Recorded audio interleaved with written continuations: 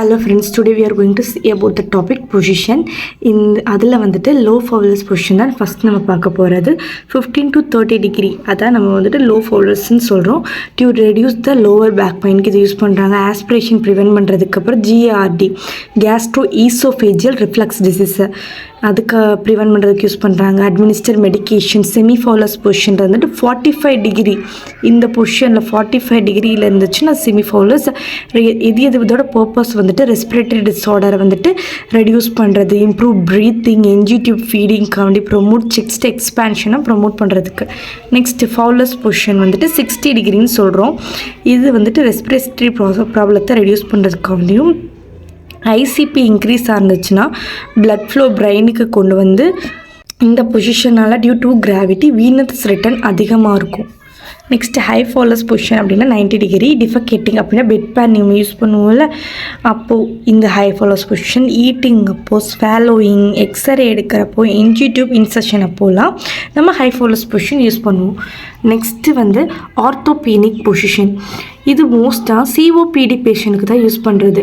ஒரு பேஷண்ட்டை ஒரு கார்டியாக் டேபிள் ப்ளேஸ் பண்ணி ஒரு பில்லோ ப்ளேஸ் பண்ணி அதில் படுத்துக்கிற சொல்லணும். ஒன் சைடாக தலையை திருப்பிக்கிற சொல்லணும். இதனால கார்பன் டை ஆக்சைடு ரிட்டன்ஷன் கரெக்டாக இருக்கும். சிஓபிடி பேஷண்ட்டுக்கு ரொம்ப ஃபெசிலிட்டேட் பண்ணும் ப்ரீத்திங்க்கும். அப்புறம் கார்பன் டை ஆக்சைடை எக்ஸல் பண்ணுறதுக்கு. சுப்பைன் பொசிஷன் வந்து நம்ம நார்மலாக தூங்குறது. இது நியூட்ரல் பொசிஷன். ப்ரான் பொசிஷன் வந்துட்டு ரெக்டம் சர்ஜரி, பின்னாடி பேக் சைடாக திரும்பி பண்ணுறது, பேக் சைடு இருக்க எல்லா சர்ஜரி பண்ணுறதுக்கு. Next right lateral recommended position வந்துட்டு லிவர் பயாப்சி, அப்போ பயாப்சி பண்ண பிறகு ப்ளீடிங்கை சப்ரஷ் பண்ணுறதுக்காண்டி. லெஃப்ட் லேட்ரல் ரெக்கமெண்டட் பொசிஷன் வந்துட்டு ஏர் எம்பாலிசம் இருந்துச்சுன்னா, இப்போ நம்ம ஹார்ட்டுக்கு ஒரு ஏர் எம்பாலிசம் ரைட் ஏட்ரியத்துக்கு போயிடுச்சுன்னா இந்த சைடு திரும்பி படுக்கும்போது இது ஆப்போசிட் டு த கிராவிட்டி, அதனால அந்த ஏர் எம்பாலிசம் வந்துட்டு கொஞ்சம் மேலே வரும்.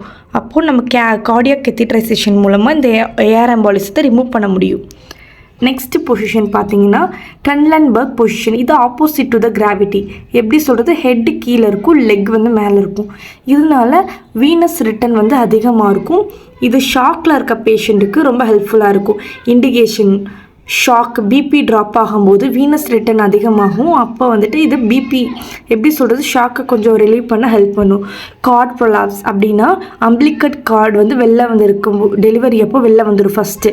அப்போது இந்த பொசிஷன் யூஸ் பண்ணி டெலிவரி பண்ணுவாங்க. கார்டை உள்ளே தள்ளிட்டு நெக்ஸ்ட்டு ஹெட்டை வந்து வெளில எடுத்து டெலிவரி பண்ண ட்ரை பண்ணுவாங்க. ரிவர்ஸ் ட்ரெண்டன்பர்க்ன்றது இது அந்த ட்ரெண்டன்பர்க்கு ஆப்போசிட். இது ஹெட்டு மேலே இருக்கும், அதில் ஹெட்டு கீழே இருக்கும். ஹெட்டு மேலே, லெக்ஸு கீழே இருக்கும், ஆப்போசிட் டு த கிராவிட்டி. இது வந்துட்டு ஐசிபி இன்க்ரீஸாக இருக்கும்ல, அவங்களுக்கு தான் இது இண்டிகேஷன். வீனஸ் ரிட்டர்ன் கீழே அதிகமாக போகும். அப்போது இது ஐசிபியை கொஞ்சம் டிக்ரீஸ் பண்ணும். நெக்ஸ்ட்டு சிம்ஸ் பொசிஷன் வந்துட்டு இண்டிகேஷன் எது எதுக்குன்னு பார்த்தீங்கன்னா எனிமா கொடுக்குறதுக்கு, ரெக்டம் எக்ஸாமினேஷன், ஜெனரல் எக்ஸாமினேஷனுக்கெல்லாம் நம்ம சிம்ஸ் பொசிஷன் யூஸ் பண்ணுவோம். லித்தாட்டமி பொசிஷன் வந்துட்டு டெலிவரிக்கு யூஸ் பண்ணுவோம். Thank you friends. இந்த வீடியோ உங்களுக்கு பிடிச்சிருந்துச்சுன்னா மறக்காமல் வந்துட்டு ஷேர் பண்ணுங்கள், லைக் பண்ணுங்கள். இந்த நோட்ஸ் எல்லாம் எடுத்து வச்சுக்கோங்க. இது உங்களுக்கு நல்லா ஹெல்ப்ஃபுல்லாக இருக்கும் ஃப்ரெண்ட்ஸ். தேங்க்யூ.